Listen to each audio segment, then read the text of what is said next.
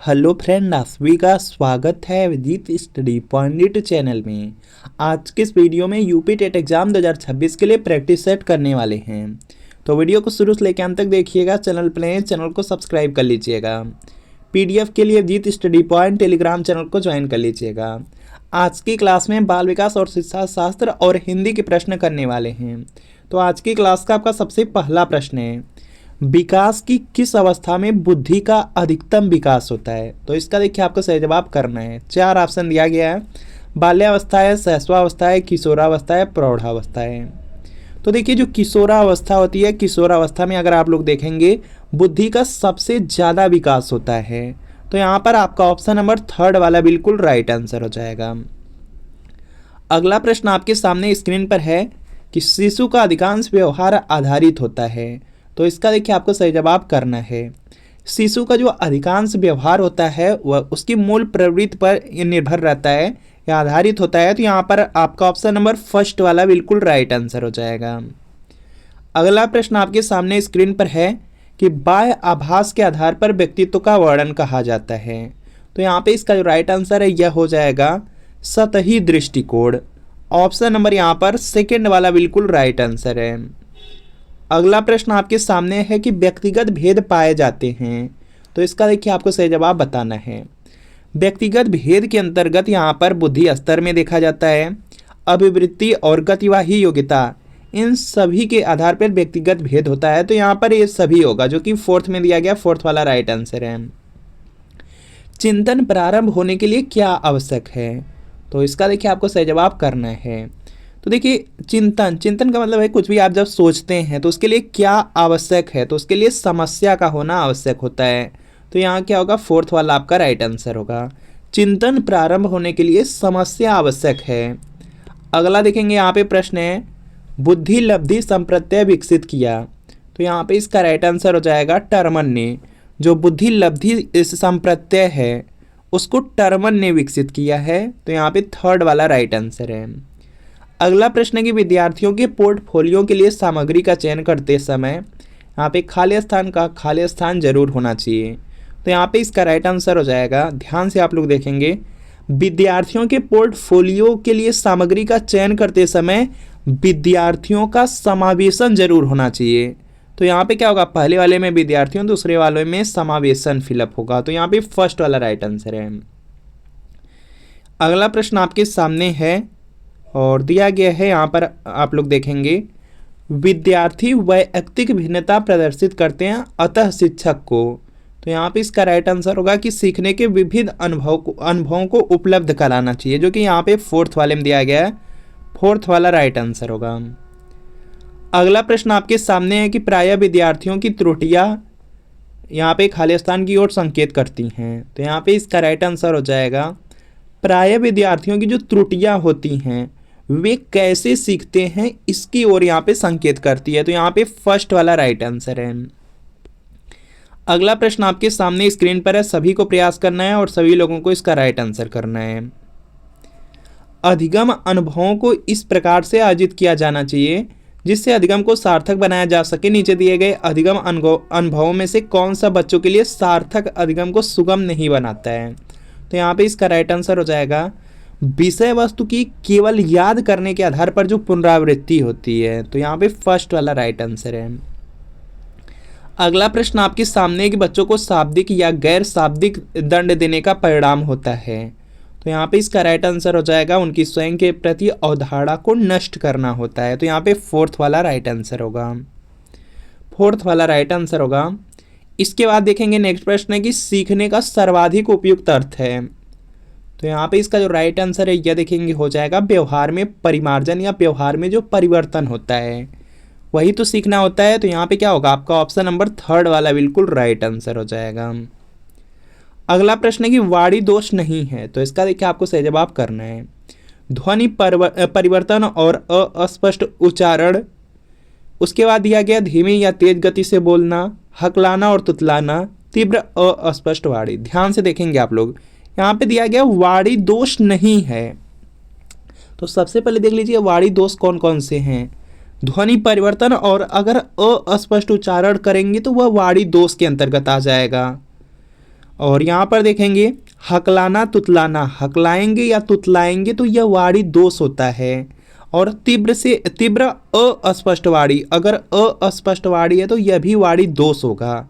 लेकिन यहाँ पे दिया गया वाणी दोष नहीं है, तो धीमी गति से बोलिए या तेज गति से बोलिए, यह कोई वाणी दोष नहीं है।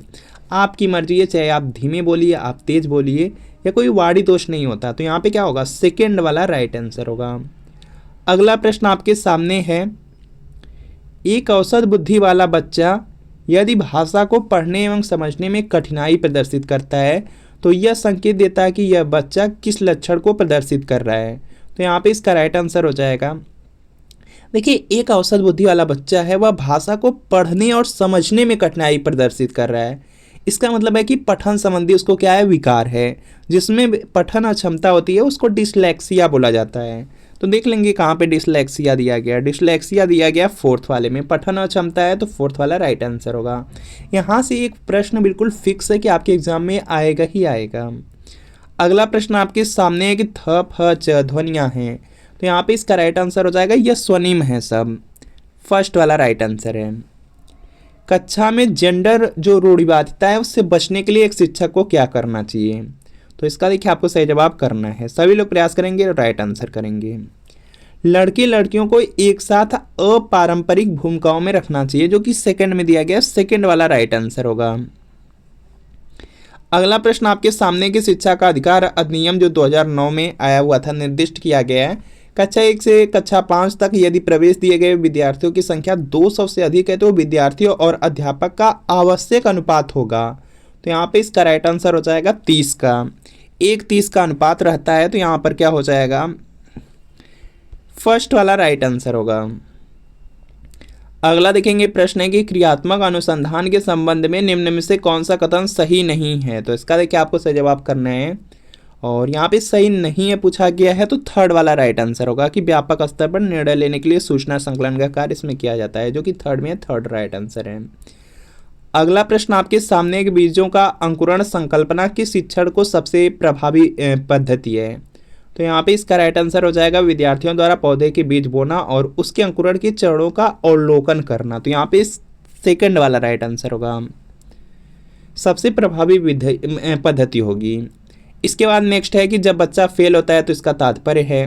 तो यहाँ पे इसका राइट आंसर हो जाएगा, देखिए जब भी यहाँ पे कोई बच्चा फेल होता है तो उसमें बच्चे की गलती नहीं होती है, जो यहाँ पे स्कूल रहता है, स्कूल का जो सिस्टम रहता है उसमें गड़बड़ी है। तो यहाँ पे क्या होगा कि व्यवस्था फेल हुई है, यहाँ पे फोर्थ वाला राइट आंसर होगा।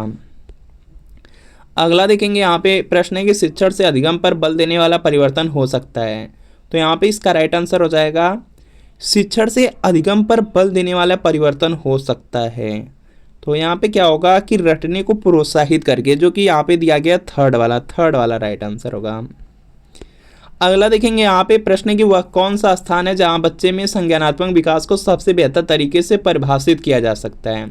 संज्ञानात्मक विकास की बात की जा रही है, तो यहाँ पे इसका राइट आंसर हो जाएगा विद्यालय और कक्षा पर्यावरण हो जाएगा, जो कि यहाँ पे सेकंड में दिया गया, सेकंड वाला राइट आंसर है। अगला प्रश्न आपके सामने है कि निम्न में से कौन सा बुद्धिमान बच्चे का लक्षण नहीं है। तो इसका देखिए आपको सही जवाब करना है, और दिया गया है, देखिए दिया गया बुद्धिमान बच्चे का लक्षण नहीं है वह जो लंबे निबंधों को बहुत जल्दी रटने की क्षमता रखता है। तो यह दिया गया है तो यही हो जाएगा, यह बुद्धिमान बच्चे का लक्षण नहीं है। तो यहाँ पे फर्स्ट वाला राइट आंसर है। बुद्धिमान बच्चे का लक्षण क्या होता है कि वह जो प्रवाहपूर्ण एवं उचित तरीके से संप्रेषण करने की क्षमता रखता हो, वह जो अमूर्त रूप से सोचता रहता है, वह जो नए परिवेश को स्वयं को समायोजित कर सकता है। ये सब बुद्धिमान बच्चे के लक्षण हैं, लेकिन यहाँ पे जो पहला वाला दिया गया यह नहीं है। अगला प्रश्न आपके सामने है, जल्दी से आंसर करिए आप लोग कि भारत के शैक्षिक इतिहास में किसने प्राथमिक शिक्षा का मौलिक अधिकार संबंधी बिल धारा सभा इंपीरियल काउंसिल में प्रस्तुत किया था। तो यहाँ पे इसका जो राइट आंसर है यह हो जाएगा गोपाल कृष्ण गोखले हो जाएंगे, थर्ड वाला राइट आंसर है। अगला प्रश्न आपके सामने है कि मूल्यांकन से अभिप्राय है। तो यहाँ पे इसका राइट आंसर हो जाएगा छात्रों के अधिगम की सफलता और जो असफलता होती है उसका अध्ययन करना मूल्यांकन कहलाता है। तो यहाँ पे क्या होगा, थर्ड वाला बिल्कुल राइट आंसर है। बेसिक शिक्षा हेतु महात्मा गांधी ने किस पाठ्यक्रम पर बल दिया है? तो यहाँ पे इसका राइट आंसर हो जाएगा, उन्होंने पुस्तक कला केंद्रित पर बल दिए थे, तो यहाँ पे थर्ड वाला राइट आंसर है। अगला प्रश्न आपके सामने है कि एक शिक्षक कक्षा के कार्य को एकत्र करता है और उन्हें पढ़ता है, उसके बाद योजना बनाता है और अपने अगले पाठ को विद्यार्थियों की आवश्यकताओं को पूरा करने के लिए समायोजित करता है। वह क्या कर रहा है? तो यहाँ पे इसका जो राइट आंसर है यह हो जाएगा, सीखने के लिए आकलन कर रहा है, जो कि यहाँ पे थर्ड में दिया गया, थर्ड वाला राइट आंसर है। अगला प्रश्न आपके सामने है कि वे शिक्षक जो विद्यालय आधारित आकलन के अंतर्गत कार्य करते हैं, तो यहाँ पे इसका जो राइट आंसर है यह हो जाएगा, वह व्यवस्था के लिए स्वामित्व की भावना रखते हैं, तो यहाँ पे क्या होगा, फोर्थ वाला राइट आंसर है। अगला प्रश्न आपके सामने है कि कोहलबर्ग ने प्रस्तुत किए हैं, तो यहाँ पे इसका राइट आंसर हो जाएगा, कोहलबर्ग ने नैतिक विकास के सिद्धांत को दिया था, तो यहाँ पे क्या होगा कि नैतिक विकास के चरण, तो यहाँ पे फोर्थ वाला राइट आंसर, कई बार एग्जाम में पूछा गया है। निम्नलिखित में से कौन सी स्थिति बाल केंद्रित कक्षा कक्ष को प्रदर्शित कर रही है?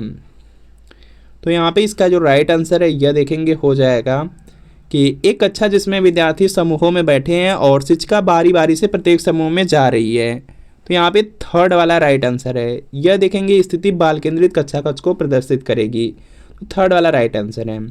इसके बाद यहाँ से हिंदी के प्रश्न है, और जो यूपी टेट में हिंदी पूछी जाती है बहुत आसान पूछी जाती है, आप लोग देख सकते हैं। जैसे यहाँ पे दिया गया निम्नलिखित में से कौन सा किरण का पर्यायवाची शब्द नहीं है, तो यहाँ पे इसका जो राइट आंसर है यह हो जाएगा, इसमें देखेंगे जो किरण का पर्यायवाची शब्द है उसमें मरीचि, रश्मि, दीप्ति तीन तो है, पुष्कर नहीं होता, तो थर्ड वाला राइट आंसर है। अगला है शशांक शब्द का पर्यायवाची है, तो यहाँ पे इसका राइट आंसर हो जाएगा, शशांक शब्द का जो पर्यायवाची शब्द होता है वो चंद्रमा होता है, तो थर्ड वाला राइट आंसर है। अगला है कि हानि लाभ में कौन सा समास है, तो यहाँ पे इसका जो राइट आंसर है यह देखेंगे हो जाएगा, इसमें द्वंद्व समास है, यहाँ पे योजक चिन्ह लगा हुआ है और बीच में और शब्द आ रहा है, तो यहाँ पे द्वंद्व समास, फोर्थ वाला राइट आंसर।